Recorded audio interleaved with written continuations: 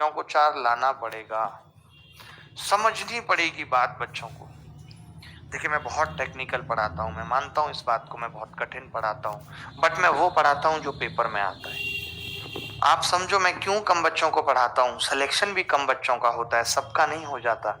मैं चाहूँ तो बहुत भीड़ इकट्ठी कर लूँ, इतने नॉर्मल सी बातें बताऊं, हर बच्चे को समझ आए, उससे कोई फायदा नहीं होगा।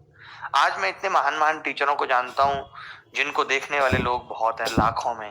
अगर मैं उनसे पूछूं कि आपने एक बच्चे का नाम बताइए जिसका सिलेक्शन सीजीएल में करा दिया, तो उनके मुंह से आवाजें आना बंद हो जाती हैं। आ ही नहीं सकती कि इन भाई साहब से पढ़ के कोई सीजीएल में सेलेक्ट हुआ होगा।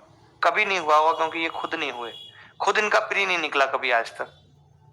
तो भैया हम पढ़ा रहे हैं उन बच्चों को जिनका सिलेक्शन होना है। तो आप इस बात को मत देखा करो, जितने सोचो इंटेलिजेंट लोगों को, अगर मैं 100 लोगों को इकट्ठा करूं और उसमें इंटेलिजेंट की बात करूं तो 10 निकलेंगे, यानी इंटेलिजेंट लोगों की भीड़ कम है और बिना पढ़ने वालों की, मस्ती मसाला वालों की भीड़ ज्यादा है।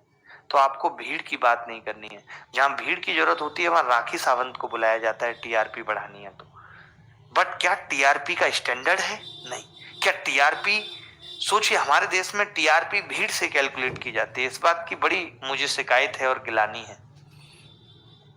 अब एक गांव में जाके अगर एक टीचर पढ़ाने लगे तो टीआरपी नहीं आएगी, बट अगर एक मदारी डमरू बजा के खेल दिखाने लगे और यही कहे बस ये लड़का अभी गायब हो जाएगा, देखिए देखिए, तो तमाम भीड़ इकट्ठी हो जाती है। तो क्या मैं ये मान लूं कि मदारी उस टीचर से ज्यादा अच्छा है और इस देश की अर्थव्यवस्था से लेकर के इस देश के आगे बढ़ने तक में सपोर्ट कर रहा है? नहीं कर रहा, बट मदारी की टीआरपी ज्यादा है।